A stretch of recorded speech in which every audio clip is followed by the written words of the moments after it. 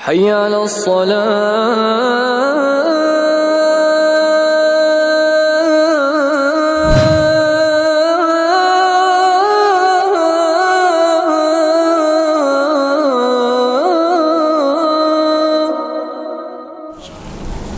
إن الحمد لله نحمده ونستعينه ونستغفره ونعوذ بالله من شرور أنفسنا ومن سيئات أعمالنا من يهده الله فلا مضل له ومن يضلل فلا هادي له وأشهد أن لا إله إلا الله وحده لا شريك له وأشهد أن محمدًا عبده ورسوله أما بعد فإن خير الحديث كتاب الله وخير الهدي هدي محمد صلى الله عليه وسلم وشر الأمور محدثاتها وكل محدثة بدعة وكل بدعة ضلالة وكل ضلالة في النار فأعوذ بالله السميع العليم من الشيطان الرجيم من همزه ونفخه ونفثه بسم الله الرحمن الرحيم يا أيها الذين آمنوا اتقوا الله حق تقاته ولا تموتن إلا وأنتم مسلمون يا أيها الناس اتقوا ربكم الذي خلقكم من نفس واحدة وخلق منها زوجها وبث منهما رجالا كثيرا ونساء واتقوا الله الذي تساءلون به والأرحام إن الله كان عليكم رقيبا يا أيها الذين آمنوا اتقوا الله وقولوا قولا سديدا يصلح لكم أعمالكم ويغفر لكم ذنوبكم ومن يطع الله ورسوله فقد فاز فوزا عظيما اللهم صل على محمد وعلى آل محمد كما صليت على إبراهيم وعلى آل إبراهيم إنك حميد مجيد اللهم بارك على محمد وعلى آل محمد كما باركت على إبراهيم وعلى آل إبراهيم إنك حميد مجيد اللهم انفعني بما علمتني وعلمني ما ينفعني وزدني علما محترم بزرگوں، نوجوان اسلامی بھائیوں اور عزیز بچوں، آج ذی الحجہ کی 11ویں تاریخ ہے، جس دن حجاج کرام وادی منی کے اندر حج کے بنیادی اعمال میں سے ایک اہم عمل رمی جمرات میں لگے ہوں گے۔ زوال کے بعد تینوں جمرات کو 7 کنکریاں ایک کے بعد دیگرے اللہ اکبر کہہ کر کے ماریں گے۔ اس کے بعد حجاج کرام 12 اور جو چاہے گا 13 مکہ مکرمہ کے اندر آئیں گے اور خانہ کعبہ کا طواف کریں گے، طواف وداع، اور اس کے بعد پھر حج الحمدللہ ان کا مکمل ہو جائے گا۔ حج مکمل کرنے کے بعد یہ حجاج کرام اپنے اپنے گھروں کو، اپنے اپنے ملکوں کو، اپنے اپنے وطن کو واپس آئیں گے۔ ایک سوال ہمیشہ رہتا ہے اور رہنا چاہیے کہ آدمی حج کرنے گیا، حج کے اعمال اچھے سے سکون کے ساتھ انجام دیا اور اطمینان کے ساتھ گھر واپس آ گیا، لیکن گیا جس مقصد کے لیے گیا وہ پایا یا نہیں پایا؟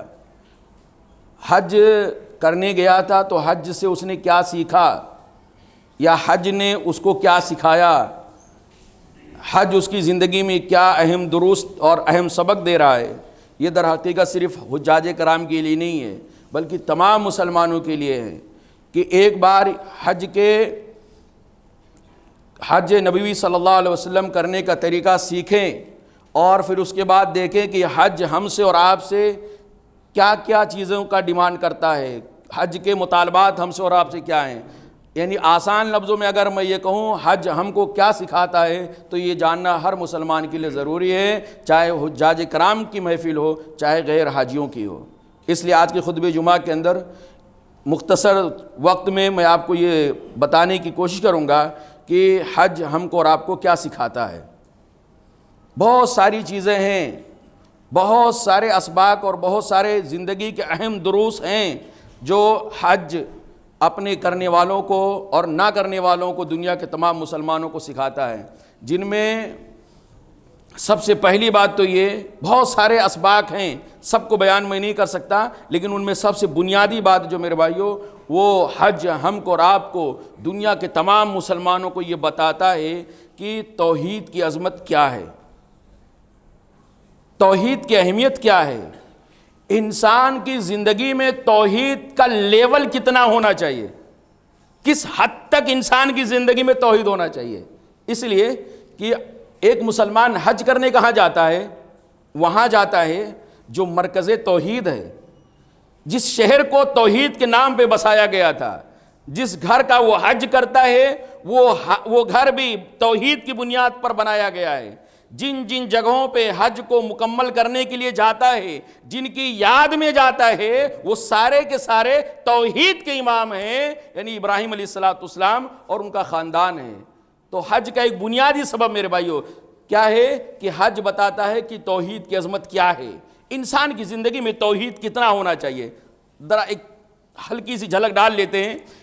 خانہ کعبہ نہیں تھا، تب اللہ تعالی نے کہا وَإِذْ بَوَّأْنَا لِإِبْرَاهِيمَ مَكَانَ الْبَيْتِ أَلَّا تُشْرِكْ بِي شَيْئًا، ہم نے ابراہیم علیہ السلام کو خانہ کعبہ بنانے کی جگہ کا ایڈریس بتا دیا یا پتہ بتا دیا، متعین کر دیا، یہ ہے جہاں پہ تم کو خانہ کعبہ بنانا ہے، لیکن شرط لگا دیا اللہ تشرک بی شیئا، اس شرط کے ساتھ خانہ کعبہ بنانا کہ میرے ساتھ کسی کو شریک نہیں کرنا، کسی کو نہیں، کسی بھی چیز کو، شیئن کا لفظ یہ ہے کسی بھی چیز کو، انسان ہو، زندہ ہو، مردہ ہو، بت ہو، حجر شجر، شمس و قمر ہوں، چاند سیارے ستارے ہوں، سات بچھو گائے ہوں، کسی بھی چیز کو اللہ کے ساتھ شریک نہیں کرنا ہے۔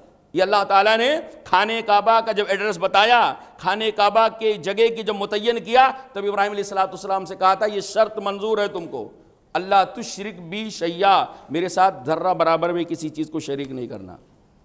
حاجی وہاں حج کرنے جاتا ہے۔ آگے وَطَاهِرْ بَيْتِيَ لِلطَّائِفِينَ وَالْقَائِمِينَ وَالرُّكَّعِ السُّجُودِ، اور اس گھر کو جو بنا رہے ہو، جس کا ایڈریس، جس کا پتہ میں نے بتا دیا ہے، اس گھر کو صاف ستھرا رکھنا، ظاہری گندگیوں سے بھی اور باطنی گندگیوں سے بھی۔ باطنی گندگی شرک ہے، باطنی گندگی توحید کے خلاف جو شرک ہے، ان گندگیوں سے بھی خانہ کعبہ کو پاک رکھنا۔ کس کے لیے؟ جو لوگ اس گھر کا طواف کرنے آئیں گے، جو لوگ یہاں کے نماز پڑھیں گے، جو لوگ یہاں کے سجدہ کریں گے، جو لوگ یہاں کے رکوع کریں گے، سب کے لیے صاف ستھرا رکھنا۔ یعنی جہاں یہ توحید ہم کو بتاتا ہے کہ اس گھر کی جو بنیاد پڑی ہے نا، وہ توحید کی بنیاد پر پڑی ہے، اور ساتھ ہی ساتھ یہ ہم کو اور آپ کو خاص طور سے بر صغیر ہندوستان، پاکستان، بنگلہ دیش کے ملکوں سے جانے والے حجاج کرام کو یہ آیت کریمہ جب حج کے موقع پہ پڑھی جاتی ہے تو یہ سبق دیتا ہے کہ خانہ کعبہ جو توحید کی بنیاد پر بنایا گیا ہے، اس میں ممنوع دخول کوئی نہیں ہے، کسی کے لیے بورڈ نہیں لگا ہے کہ تم اندر نہیں آ سکتے ہو۔ ایمان ہے، اسلام ہے، مسلمان ہو، کلمہ پڑھتے ہو، دروازہ کھلا ہوا ہے۔ تو گویا اب دنیا کے اندر اپنے اپنے ملکوں میں جانا تو اپنے تمہارا اپنا گھر نہیں ہے، اپنے گھر پہ لگا لینا بورڈ، لیکن یہ اللہ کے گھر سے جا رہے ہو، اللہ کے گھروں میں سب سے عظیم ترین گھر سے تم جا رہے ہو، سبق لے کے کیا جاؤ؟ یہ سبق لے کر جاؤ کہ اللہ کا گھر پوری روئے زمین پہ جہاں بھی ہے وہاں ممنوع دخول نہیں، بورڈ نہیں لگنا چاہیے، فلاں نہیں آ سکتا ہے، یہ کیا ہے؟ فلاں نہیں آ سکتا ہے، فلاں مسلک والا نہیں آ سکتا ہے، یہ نہیں آ سکتا، وہ نہیں آ سکتا، مسجد ناپاک ہو جائے گی۔ اللہ کے بندو، تمہارے جانے سے خانہ کعبہ نہیں ناپاک ہوتا ہے تو مسجد کے اندر آنے سے تمہاری مسجد ناپاک ہو جائے گی۔ یہ سبق لے کر یہ ہم کو، آپ کو حج یہ سبق دیتا ہے۔ حجاج کرام اور غیر حاجیوں کو یہ بتاتا ہے کہ اگر آدمی کے اندر اسلام ہے، اس کو مسلمان مانتے ہو، کلمہ پڑھنے والا ہے، تو پھر اللہ کے گھر میں آنے سے تم روک نہیں سکتے ہو۔ اگر روکتے ہو تو ظلم کرتے ہو۔ کیا کرتے ہو؟ تم لوگ ظالم ہو۔ اللہ تعالیٰ نے قرآن کریم کے اندر خانہ کعبہ ہی کے ضمن بیان فرمایا۔ تو ایک تو یہ کہ حجاج کرام جہاں جاتے ہیں، جس گھر کا طواف کرتے ہیں، وہ توحید کی بنیاد پر پڑی ہے۔ یہی نہیں، حجاج کرام کب سے کہلاتے ہیں؟ حج کی نیت کب سے کرتا ہے آدمی؟ حج کے لیے سب سے بنیادی ضرورت ہے کہ میقات کراس کرنے سے پہلے احرام پہن لے۔ یہ نا، بغیر احرام کے میقات سے نہیں گزرا جا سکتا ہے۔ احرام مطلب کپڑا، جو دو سفید کپڑا ہوتا ہے، اور وہاں سے ابھی گزرے گا، گزرتے ہی اس کی زبان پہ کیا آنا چاہیے؟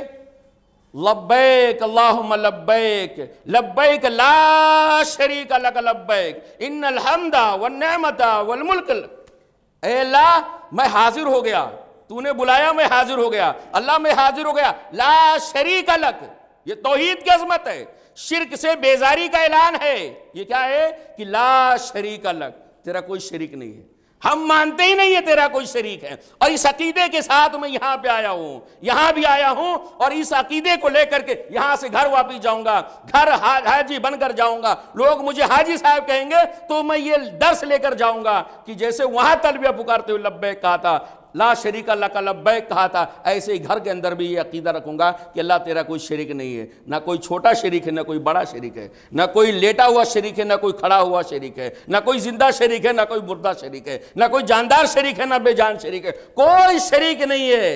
لبیک اللہم لبیک لبیک لا شریک لک لبیک ان الحمد والنعمت لک والملک لا شریک لک لبیک۔ اللہ، یہ توحید، یہ دوسرا بھی ہے، توحید کی عظمت پہ جو حج ہم کو درس دیتا ہے وہ دوسرا ہی، اور یہ کب تک چلے گا؟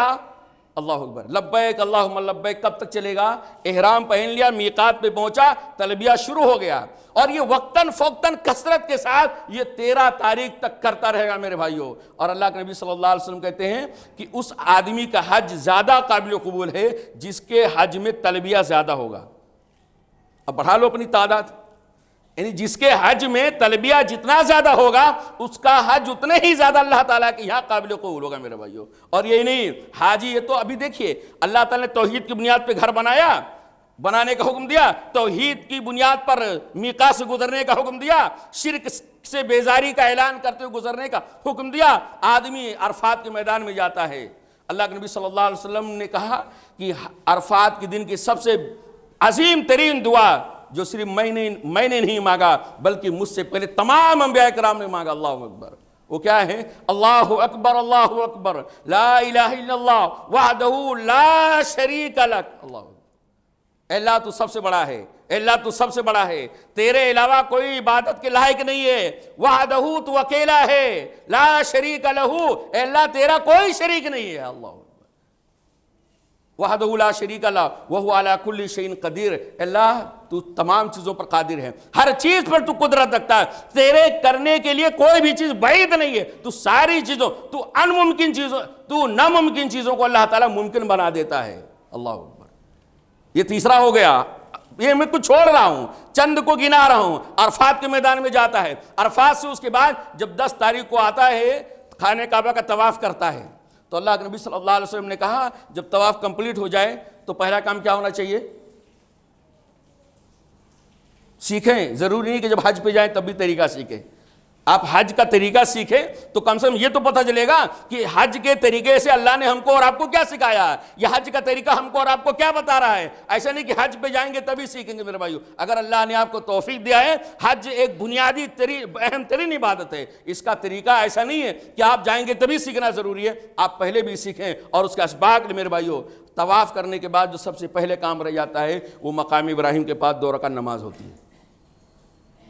کس کو چانس ملے گا؟ اللہ نے کہا وَاتَّخِذُوا مِن مَقَامِ إِبْرَاهِيمَ مُصَلًّى، مقام ابراہیم کو مصلی بنا لو، 2 رکعت نماز پڑھو۔ چھوٹا سا مقام ابراہیم ہے، مقام ابراہیم وہ پتھر ہے جس پہ ابراہیم علیہ السلام کھڑے ہو کر خانہ کعبہ کی تعمیر کیے تھے۔ یہ 25 لاکھ کا مجمع، 35 لاکھ کا مجمع جو ہر سال کم و بیش ہوتا رہتا ہے، اتنا بڑا مجمع مقام ابراہیم کے پاس کہاں نماز پڑھ پائے گا؟ لیکن اللہ نے کیا کہا، اگر کسی کو چانس ملتا ہے تو گڈ لک، خوش قسمتی سمجھے، وہاں جا کے مقام ابراہیم کے پاس 2 رکعت نماز پڑھ لے۔ اگر وہاں نہیں پہنچ پاتا ہے تو خانہ کعبہ کے اندر جہاں بھی اس کو جگہ ملے وہیں پہ 2 رکعت نماز پڑھ لے، 2 رکعت نماز پڑھ لے۔ کوئی بھی سورت پڑھ سکتا ہے، کوئی بھی آیت پڑھ سکتا ہے، لیکن اللہ تعالیٰ نے کیا کہا، نبی کریم صلی اللہ علیہ وسلم نے کیا طریقہ بتایا کہ طواف کی 2 رکعت میں سے پہلی رکعت میں قل یا ایھا الکافرون اور دوسری رکعت میں سورہ اخلاص۔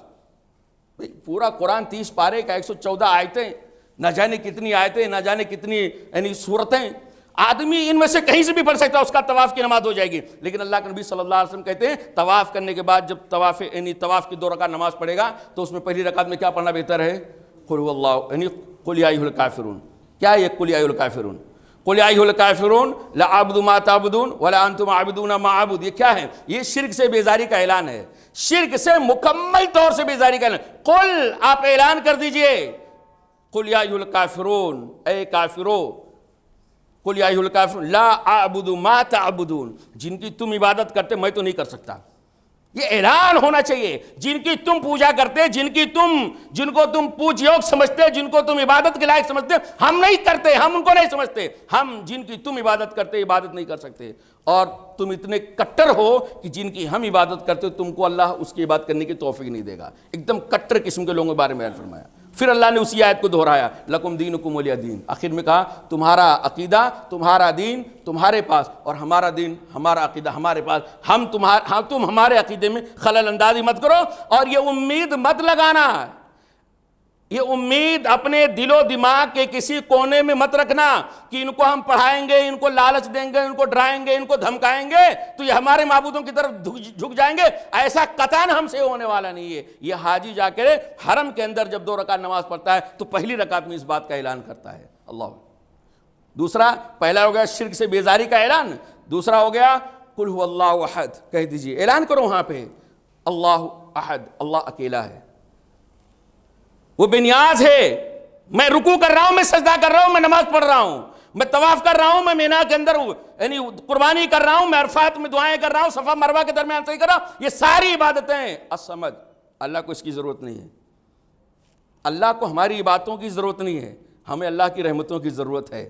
اللہ کی رحمتیں پانے کے لیے میں یہ سب کام کر رہا ہوں، یہ میں اپنے فائدے کے لیے کر رہا ہوں، اس میں اللہ کا کوئی بھلا ہونے والا نہیں ہے۔ یہ عبادتیں کر کے اتنی عظیم ترین قربانیاں دے کر آزمائشوں کی بھٹی میں تپ کر کے نکل جا رہا ہوں، اس میں اللہ کا بھلا نہیں کر رہا ہوں، اس میں میں اپنا بھلا کر رہا ہوں۔ آپ کہہ دیجئے اللہ اکیلا ہے، وہ بے نیاز ہے، وہ نہ کسی کو جنا ہے، نہ اس کو کسی نے جنا ہے، مطلب وہ نہ اس کی اولاد ہے، نہ اس کی بیوی ہے، نہ اس کی ماں ہے، اور اس کے جیسا کوئی نہیں۔ اللہ اکبر، یہ توحید کا تعارف ہے، یہ اللہ رب العالمین کی عظمت کا ایک انٹروڈکشن، ایک پہچان ہے کہ اللہ رب العالمین ہے کیا۔ اور یہی نہیں میرے بھائیو، اس کے بعد حاجی کہاں جاتا ہے؟ صفا مروہ پہ جاتا ہے۔ صفا مروہ کی دعا کیا ہے؟ ان الصفا والمروہ من شعائر اللہ، اللہ کے نبی صلی اللہ علیہ وسلم صفا پہاڑی پہ چڑھ کر کے 3 مرتبہ کہتے ہیں، کیا کہتے ہیں؟ لا الہ الا اللہ وحدہ لا شریک لہ لہ الملک ولہ الحمد وہو علی کل شیء قدیر، لمبی دعا ہے۔ وہاں جا کے لا الہ، جو عرفات میں دہراتے ہیں تقریباً انہی الفاظ کے ساتھ، لا الہ الا اللہ، اے اللہ تیرے سوا کوئی عبادت کے لائق نہیں ہے، توحید کا اقرار ہو رہا ہے۔ لا الہ الا اللہ وحدہ، تو اکیلا ہے، اکیلا ہی ہے، تیرے علاوہ لا شریک لہ، تیرا کوئی شریک نہیں ہے۔ اللہ تعالیٰ تو ہر چیز پر قادر ہے، یحیی الموتیٰ، تو مردے کو زندگی دیتا ہے۔ اللہ اکبر، یہ میرے بھائیو توحید کا یعنی اظہار ہو رہا ہے، توحید کی عظمت ہو رہا ہے میرے بھائیو۔ تو اس سے حج جو ہم کو اور آپ کو سکھاتا ہے، سب سے پہلا پیغام اور سب سے پہلا سبق حج ہم کو اور آپ کو یہ دیتا ہے کہ توحید کی عظمت کیا ہے۔ پورا حج کے ارکان میں حاجی کے زبان پہ توحید کا اقرار ہوتا ہے اور شرک سے بیزاری کا اعلان ہوتا ہے۔ اللہ کرے ہم اور آپ جائیں، یا جتنے لوگ جاتے ہیں، ان تمام دعاؤں کو ایک بار زندگی میں کم سے کم سنجیدگی کے ساتھ ترجمے کے ساتھ پڑھ کر کے جائیں۔ جو دعائیں یاد کرتے ہیں، حج کے ارکان ادا کرتے ہوئے ان دعاؤں کو اللہ تعالیٰ سے دعا کر رہے ہیں کہ رب العالمین ان دعاؤں کو ترجمے کے ساتھ کم سے کم ایک مرتبہ سمجھ کر کے، یاد کر کے اس کو پڑھنے کی توفیق عطا فرمائے۔ انشاءاللہ ترجمے کے ساتھ سمجھ کر کے اگر یہ پڑھیں گے تو آنے کے بعد ایک حاجی کی زندگی شرک سے پاک ہوگی، توحید کی عظمت کا اقرار کرنے والی ہوگی۔ اسی طرح میرے بھائیو، حج جو ہم کو اور آپ کو دوسرا سبق دیتا ہے وہ یہ دیتا ہے کہ اسلامی اخوت، اسلامی بھائی چارہ، یعنی مسلمان کی زندگی میں اسلامی اتحاد کی، اسلامی اجتماعیت کی، اسلامی اتحاد کی کتنی ضرورت ہے، یہ اسلام ہم کو اور آپ کو حج کے ذریعے سے بتاتا ہے۔ حج کیا ہے میرے بھائیو؟ الگ الگ ملکوں کے لوگ، الگ الگ علاقے کے لوگ، الگ الگ زبان بولنے والے، الگ الگ تہذیب والے، الگ الگ تمدن والے، الگ الگ مزاج رکھنے والے، الگ الگ طبیعت رکھنے والے، الگ الگ رنگ والے، الگ الگ نسل والے، الگ الگ بھاشا والے، اتنے سارے لوگ اتنی ساری ملکوں سے اتنی ساری زبانوں کو لے کر کے میدان یعنی حج کے لیے آتے ہیں۔ نہ یہ اس کی بولی سمجھتا ہے، نہ یہ اس کی بولی سمجھتا ہے، نہ اس کا کلر اس سے میچ کھاتا ہے، نہ اس کا کلر اس سے میچ کھاتا ہے، بالکل الگ تھلگ میرے بھائیوں۔ ہندوستان والے الگ ہیں، ساؤتھ افریقہ والے الگ ہیں، حبشہ والے الگ ہیں، اور امریکہ والے الگ ہیں، برطانیہ والے الگ ہیں، ہے کہ نہیں ہے؟ سب یعنی دیکھنے میں بھی الگ تھلگ، زبان بھی سب کی الگ تھلگ، اور یعنی اکنومک کے اعتبار سے، مالی اعتبار سے بھی سب لوگ ایک دوسرے سے الگ تھلگ ہیں۔ لیکن اسلام حج کے ذریعے سے ہم کو اور آپ کو کیا بتاتا ہے؟ اسلام جو حج ہم کو اور آپ کو یہ اتحاد کا درس دیتا ہے، اتفاق کا سبق دیتا ہے۔ وہاں پہنچنے کے بعد 20-30 ملکوں کے لوگ اور ہزاروں لینگویج بولنے والے، ہزاروں تہذیب والے وہاں پہنچتے ہیں، سب اپنی اپنی پہچان، اپنی اپنی تہذیب اور اپنا اپنا تعارف، اپنی اپنی شناخت سب مٹا دیتے ہیں، سب مٹا دیتے ہیں۔ سب کی زبانیں میقات پہ پہنچتے ہیں، سب کی زبانیں ایک ہو جاتی ہیں۔ انگلش بولنے والا انگلش بھول جاتا ہے، فارسی بولنے والا فارسی بھول جاتا ہے، اردو ہندی بھوجپوری بولنے والا بھول جاتا اپنی لینگویج کو۔ جیسے میقات پہ پہنچتا ہے، ہندوستان والا میقات پہ پہنچتا ہے تو اللہم لبیک لبیک لا شریک لبیک پکارتا ہے۔ وہ انگلش بولنے والا امریکہ سے آ رہا ہے، انگلش بولنے والا برطانیہ سے آ رہا ہے، اردو بولنے والا پاکستان سے آ رہا ہے، عبرانی بولنے والا، فارسی بولنے والا، پنجابی بولنے والا، تیلگو بولنے والا، ہر کوئی جب میقات پہ پہنچتا ہے تو سب کی زبان ایک ہو جاتی ہے، اور سب کی زبان پہ صرف ایک ہی ترانہ رہ جاتا ہے، لبیک اللہم لبیک۔ صحیح کہ نہیں ہے؟ اور یہی نہیں میرے بھائیوں، ایک تو زبان سب کا ایک ہو جاتا ہے، سب اپنی زبانوں کو بھول جاتے ہیں، اور دوسرا یہ کہ سارے لوگوں کا لباس بھی بدل جاتا ہے، سب اپنا اپنا لباس چینج کر دیتے ہیں۔ کوئی کالا پہنتا ہوگا، کوئی لال پہنتا ہوگا، کوئی پینٹ پہنتا ہوگا، کوئی ٹی شرٹ پہنتا ہوگا، کوئی جبہ پہنتا ہوگا، سارے کے سارے لوگ اپنے لباس کو اتار کر پھینک دیتے ہیں، سب کا لباس ایک ہو جاتا ہے۔ دو سفید چادریں، یہی ہے نا احرام، یہ سب احرام پہن لیتے ہیں میرے بھائیوں۔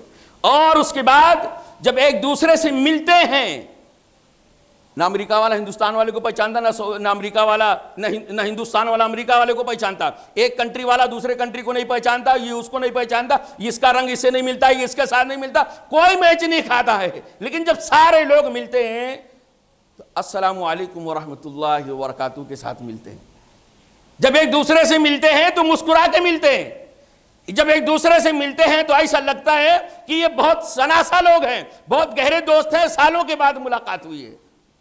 ایک حبشی امریکہ والے سے بات کر رہا ہے، ایک حبشی ہندوستان والے سے بات کر رہا ہے، اشاروں میں، نہ میں اس کی بولی سمجھ پا رہا ہوں، نہ وہ میری بولی سمجھ پا رہا ہے، لیکن اشاروں میں، مسکراہٹوں میں، کچھ اس کو میں سکھا دیتا ہوں، کچھ وہ مجھے سکھا دیتا ہے۔ میرے بھائیو، یہ حج ہم کو اور آپ کو بتاتا ہے کہ اتحاد کیا ہے، یعنی اتفاق کیا ہے، اجتماعیت کیا ہے، اسلام کے اندر یونٹی کیا ہے، یہ بہت اہم میرے بھائیو حج ہم کو اور آپ کو سکھاتا ہے۔ اور اسی لیے اگر میں آپ سے پوچھوں تو اس قرآن کریم آپ پڑھتے ہیں تو قرآن کریم میں اتحاد کی سب سے بڑی آیت کون سی ہے جس میں اللہ تعالیٰ نے مسلمانوں کو اتحاد اور اتفاق پر مضبوطی کے ساتھ جمنے کا حکم دیا ہو؟ سب سے عظیم ترین آیت، مختصر اور سب سے ٹھوس ترین آیت کون سی ہے؟ وَاعْتَصِمُوا بِحَبْلِ اللَّهِ جَمِيعًا وَلَا تَفَرَّقُوا۔ اس سے مضبوط آیت معنی کے اعتبار سے میں نہیں جانتا کہیں قرآن میں ہے، اتحاد کو جو اجاگر کرنے والی ہو، اتفاق کو اجاگر کرنے ہو۔ وَاعْتَصِمُوا، سب مضبوطی کے ساتھ پکڑ لو۔ یہ کہاں آیت ہے؟ خطبہ مسنونہ میں جو آیت پڑھتے ہیں نا، کون سی آیت؟ یا ایھا الذین آمنوا یا ایھا الذین آمنوا اتقوا اللہ حق تقاتہ ولا تموتن الا وانتم مسلمون، اسی آیت کے بعد ہے، اسی آیت کے بعد وَاعْتَصِمُوا بِحَبْلِ اللَّهِ جَمِيعًا، اے دنیا کے مسلمانوں، یا ایھا الذین پہلے خطاب کر دیا، اے ایمان والو تم سارے کے سارے لوگ حبل اللہ، اللہ کی رسی کو مضبوطی سے پکڑ لو، جمیعا یکجٹ ہو کر کے، ولا تفرقوا، اور تفرقہ مت کرو، گروہ بندی، فرقہ بندی، ٹولیوں میں مسلمانوں کو مت بانٹو۔ آگے اللہ نے کہا ذرا یاد کرو، وَاذْكُرُوا نِعْمَتَ اللَّهِ عَلَيْكُمْ اذ كُنتُمْ اعْدَاءً، ذرا اس وقت کو یاد کرو جب تم لوگ آپس میں ایک دوسرے کے دشمن تھے، ایک دوسرے سے لڑائی جھگڑا کر رہے تھے، اوس اور خزرج مدینہ کے لوگ۔ ذرا سوچو اس وقت کو جب تم لوگ آپس میں لڑ رہے تھے، تلواریں میان سے نکال لیے تھے لڑنے کے لیے، اللہ نے تمہارے اوپر فضل کیا، احسان کیا، تمہارے دلوں کو جوڑ دیا، تم پہلے دشمن تھے اب دوست نہیں بنے ہو، اب بھائی بن گئے ہو، یہ اللہ کا تمہارے اوپر انعام ہے، احسان ہے، اس وقت کو یاد کرو۔ تو میرے بھائیوں، میں جو بتانا چاہتا ہوں یہ کہ اتحاد اور اتفاق کی سب سے عظیم ترین آیت سورہ آل عمران آیت نمبر 103۔ کہاں پہ؟ سورہ آل عمران آیت نمبر 103۔ اور حج کی فرضیت کے لیے جو سب سے پاورفل آیت ہے، جس آیت کے اندر اللہ نے بتایا ہو کہ اے لوگوں تمہارے اوپر حج فرض کر دیا گیا ہے، وہ کہاں پہ ہے؟ اتحاد والی آیت سمجھ میں آگے نہیں؟ کہاں پہ؟ اتفاق والی آیت سمجھ میں آگے کہاں پہ؟ سورہ آل عمران آیت نمبر 103۔ اور اب اس آیت کو ڈھونڈتے ہیں جس آیت میں اللہ نے یہ بہت آسان لفظوں میں پورا فورس لگا کے کہا ہو کہ اے لوگوں تمہارے اوپر حج فرض ہو گیا، وہ کہاں پہ ہے؟ سورہ آل عمران آیت نمبر 97۔ یعنی آپ دیکھیں حج فرض ہونے کی، وَلِلَّهِ عَلَى النَّاسِ حِجُّ الْبَيْتِ مَنِ اسْتَطَاعَ إِنَّ أَوَّلَ بَيْتٍ وُضِعَ لِلنَّاسِ، اس سے پہلے والی آیت کہ خانہ کعبہ کی تعریف اللہ نے کیا، اس کے بعد اللہ نے کہا وَلِلَّهِ عَلَى النَّاسِ حِجُّ الْبَيْتِ مَنِ اسْتَطَاعَ إِلَيْهِ سَبِيلًا، سورہ آل عمران آیت نمبر 97 آیت، 97 اور 103، 5-6 آیتوں کا ڈیفرنس ہے۔ کتنی آیتوں کا؟ 5-6 آیتوں کا ڈیفرنس ہے۔ پہلے اللہ نے کہا حج تمہارے اوپر فرض ہے، اس کے بعد کیا کرے؟ اے لوگوں تم سارے کے سارے لوگ مضبوطی کے ساتھ اللہ کی رسی کو پکڑ لو اور تفرقہ مت کرو۔ اس کا مطلب یہ ہے کہ اللہ تعالیٰ اشاروں میں ہم کو اور آپ کو یہ بتاتا ہے کہ حج سے یہ بھی سیکھو، جہاں حج تم کو بہت کچھ سکھاتا ہے، ایسے حج سے تم اتحاد اتفاق کرنا بھی سیکھو، اور اس کے لیے میں نے تھوڑا سا آپ کو حوالہ بھی دیا میرے بھائیوں۔ تو یہ دوسرا ہو گیا، توحید کی عظمت کیا ہے، دوسرا اسلامی اخوت اور بھائی چارے کی اہمیت کیا ہے، اور تیسرا میرے بھائیوں میدان محشر کی یاد دلاتا ہے۔ حج کا جو سفر ہوتا ہے یہ میدان محشر کی یاد دلاتا ہے۔ کیا ہے؟ دنیا کے اندر اس سے بڑا اجتماع سورج نے دیکھا نہیں ہے۔ سب سے بڑا اجتماع جس میں سارے ملکوں والے، ساری نسلوں والے، سارے سرنیم والے اپنے اپنے چیزوں کو چھوڑ کر کے یعنی حج کے میدان میں جمع ہو جاتے ہیں، اور سب کا جو مرکز ہوتا ہے وہ ایک ہوتا ہے۔ میدان محشر کیا ہوتا ہے میرے بھائیوں؟ پہلے حج کو سمجھتے ہیں۔ حج یہ ہے کہ اتنے سارے ملکوں والے، اتنے سارے خاندان والے، اتنے سارے قبیلے والے سب حج کے لیے جمع ہو جاتے ہیں۔ 8 تاریخ کو لوگ مینا جا رہے ہیں تو سب مینا کی طرف جا رہے ہیں۔ 9 تاریخ کو صبح عرفات کی طرف جا رہے ہیں تو سارے لوگ عرفات کی طرف جا رہے ہیں۔ مغرب کی نماز کا ٹائم ہو گیا عرفات میں، سورج ڈوب گیا ہے، مغرب کی نماز کوئی نہیں پڑھ رہا ہے، نہیں پڑھ رہا تو کوئی نہیں پڑھ رہا، سب بھاگے چلے آ رہے کہاں پہ؟ مزدلفہ میں۔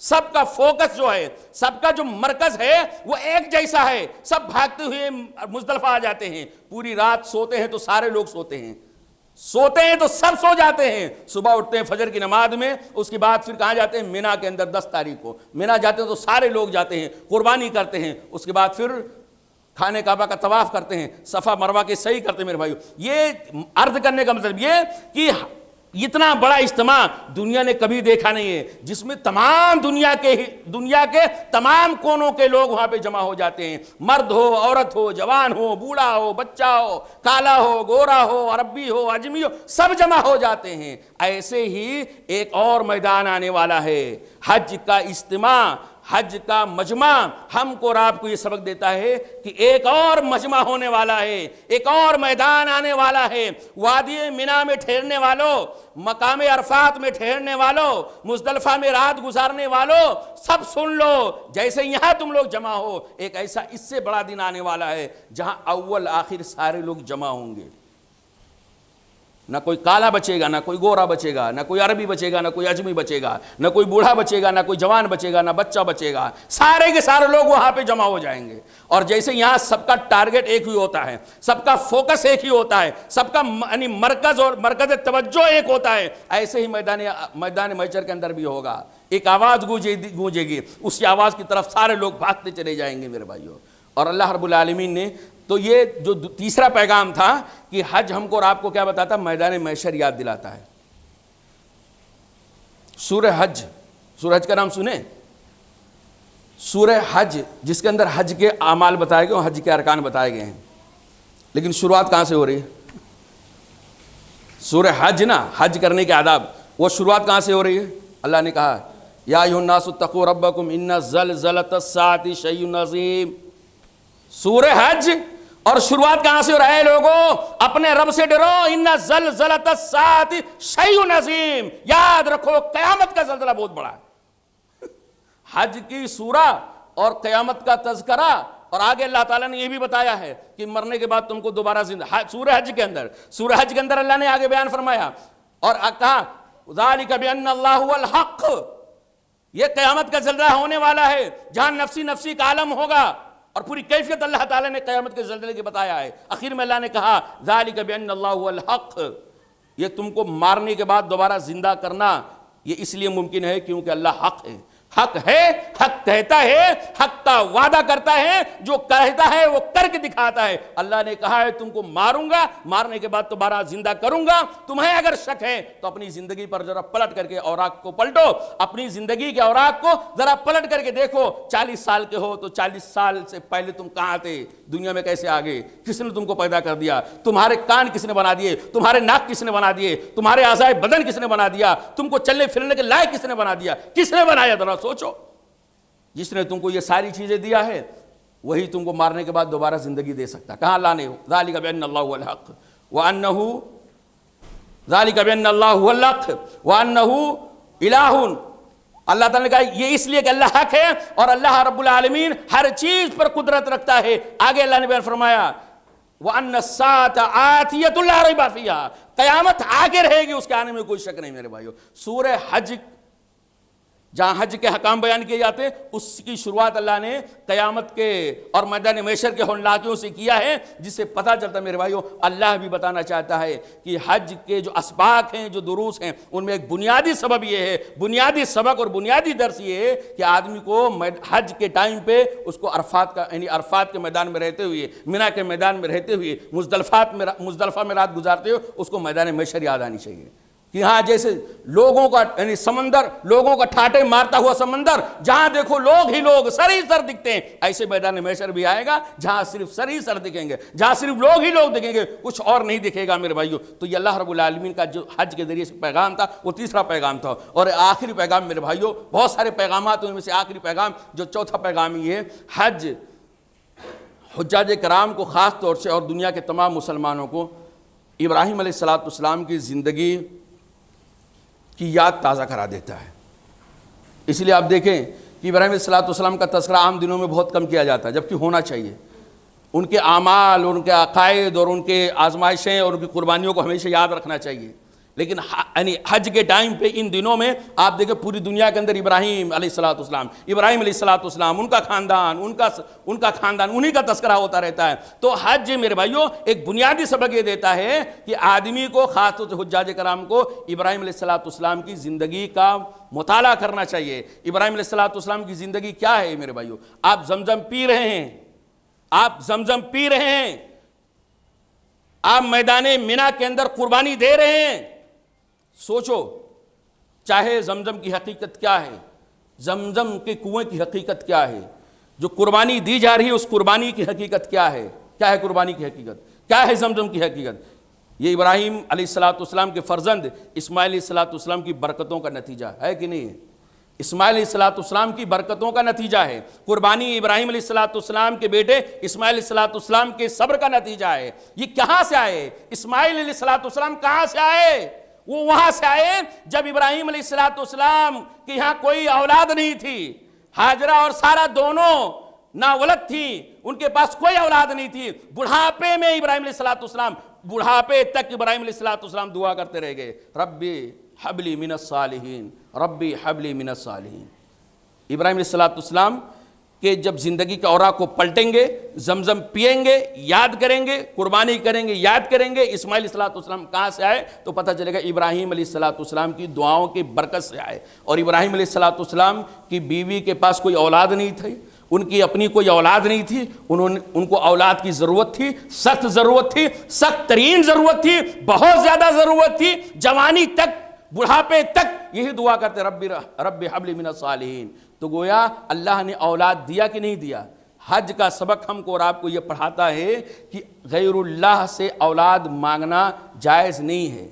غیر اللہ کوئی اولاد نہیں دے سکتا ہے۔ اولاد اگر کوئی دے سکتا ہے تو وہی دے سکتا ہے جس نے ابراہیم علیہ السلام کو دیا تھا، جس نے حضرت ہاجر کو دیا تھا، جس نے سارہ کو دیا تھا۔ غیر اللہ کوئی بھی ہو، کسی کے اندر دم نہیں ہے، خم نہیں ہے کہ وہ کسی کو اولاد دے سکے۔ دوسرا غیر اللہ کیا دوسرے کو اولاد دے گا؟ وہ خود جس سے اولاد مانگ رہے ہیں وہ بے اولاد ہو کے مر گیا۔ یہ ہم کو اور آپ کو سبق مل رہا ہے میرے بھائیوں۔ یعنی ابراہیم علیہ السلام کی زندگی کا اوراق اگر ہم پلٹیں تو صفا پہ جائیں گے، مروہ پہ جائیں گے، مینا میں جائیں گے، طواف کریں گے، مقام ابراہیم کے بعد نماز پڑھیں گے. یہ ساری کی ساری چیزیں ابراہیم علیہ السلام ان کے خاندان کو یاد دلاتی ہیں. کیا یاد دلاتی ہیں میرے بھائیوں؟ یاد یہ دلاتی ہیں کہ آپ حج پہ جاتے ہیں تو ہر سال کچھ نہ کچھ آتا ہے نیوز میں. حاجی لوگ 3 لاکھ 4 لاکھ روپیہ خرچہ کیے، حج ہاؤس کو دیے، حج کمیٹی کو دیے. وہاں جانے کے بعد آدھا گھنٹہ ہوٹل میں لائٹ نہیں. کتنا؟ آدھا گھنٹہ، 1 گھنٹہ. وہ فلاں روم کی اے سی خراب تھی، میڈیا میں آ جاتا. آتا کہ نہیں میڈیا میں؟ بہت حاجی لوگ بہت پریشان ہیں، 4 لاکھ روپے ان کو ڈوب گیا، لوگوں نے ٹھگ لیا، بے ایمانی کر لیا، انتظام نہیں کیا، صحیح طور سے ان کا دیکھ بھال نہیں کیا گیا، اتنی گرمی، اتنی پریشانی. میں نہیں کہتا ہوں میرے بھائیوں کہ انتظام نہیں ہونا چاہیے. اگر آپ نے پیسہ دیا تو مناسب انتظام ہونا چاہیے، آپ کا حق بنتا ہے. لیکن میرے بھائیوں جب آدھے گھنٹے کی لائٹ جائے، جب آپ کے ہوٹل میں آپ کے روم کی اے سی خراب ہو جائے تو ذرا پیچھے پلٹ جائیے اور سوچیں اس ننھے معصوم اسماعیل کو گرمی نہیں لگ رہی تھی؟ حضرت ہاجر کو گرمی نہیں لگ رہی تھی؟ کیا رات کی تاریکی اور رات کا اندھیرا اس ابراہیم اور یعنی اسماعیل اور ہاجر کو نہیں کھا رہا تھا؟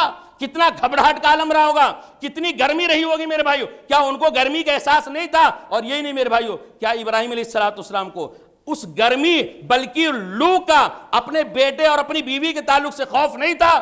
یہ نہیں لگ رہا تھا کہ جب رات کا اندھیرا چھا جائے گا، سورج ڈوب جائے گا، ابھی تو اجالا ہے، آدمی کو تسلی ہوتی، رات میں جب سورج ڈوب جائے گا، رات چھا جائے گی، اندھیرا آ جائے گا تو نہ جانے میرے بیوی بچوں کا کیا ہوگا. خوف تھا کہ نہیں تھا؟ احساس تھا کہ نہیں تھا؟ لیکن پھر بھی چھوڑ کے چلے گئے. اللہ کیا پتھر دل؟ نہیں پتھر دل نہیں تھا، یہ پتھر دل نہیں تھا. ابراہیم علیہ السلام یہ جانتے تھے کہ ایمان لانے کا مطلب کیا ہوتا ہے.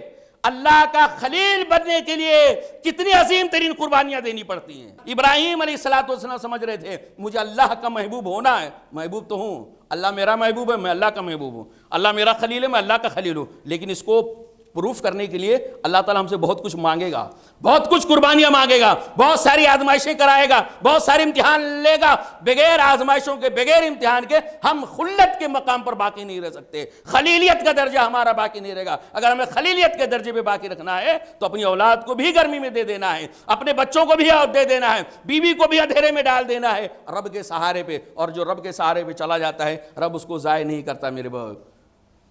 یعنی گویا حج کا ایک آخری اور چوتھا پیغام یہ میرے بھائیوں کہ اگر ہم ایمان کے درجے پر باقی رہنا چاہتے ہیں، اگر اللہ کا واقعی سچے معنوں میں ولی بننا چاہتے ہیں اور ولی بننا رہنا چاہتے ہیں تو ہمیں آزمائشوں سے گزرنا پڑے گا، امتحانوں سے گزرنا پڑے گا، قربانیاں دینی پڑیں گی، عظیم ترین قربانیاں.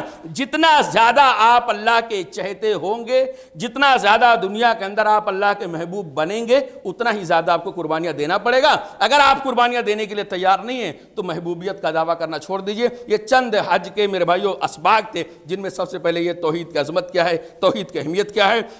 دوسرا یہ اسلامی اخوت، اسلامی بھائی چارے کی اہمیت کیا ہے، یہ حج ہم کو اور آپ کو سکھاتا ہے. تیسرا یہ میرے بھائیوں کہ میدان محشر کا عالم کیا ہوگا، اس کا ایک نقشہ اللہ تعالیٰ نے میدان عرفات اور وادی مینا وغیرہ کے ذریعے سے بیان کیا. اور چوتھا یہ کہ ابراہیم علیہ السلام کی زندگی، ابراہیم علیہ السلام کی بیوی حضرت ہاجر اور سارہ اور ان کے بیٹے اسماعیل اور اسحاق کی زندگی کے اوراق کو پلٹ کر کے ہمیں پڑھنا چاہیے، ان کے طریقے پر چلتے ہوئے اپنی زندگی گزارنا چاہیے. اسی میں ہماری عافیت ہے. رب العالمین سے دعا ہے کہ اللہ تعالیٰ ہم تمام بھائیوں کو حج بیت اللہ کرنے کی توفیق عطا فرمائے اور حج بیت اللہ کی سعادت کے ساتھ ساتھ اس کے جو اسباق ہیں، جو دروس ہیں، جو اہم پیغامات ہیں، اللہ تعالیٰ ان پیغامات کو ہمیں بھی اخذ کرنے کی توفیق عطا فرمائے. اس سال جتنے حجاج کرام گئے ہیں اللہ تعالیٰ سب کے حج کو قبول فرمائے اور یہ جو بنیادی پیغامات ہیں سب کو لے کر کے ان پیغامات کو اپنے وطن آ کر کے ان پیغامات پر عمل کرتے ہوئے ثابت قدمی کے ساتھ جمع رہنے کی توفیق عطا فرمائے. آمین. اقول قولی ھذا استغفر اللہ لی ولکم ولسائر المسلمین فاستغفروہ انہ هو الغفور الرحیم.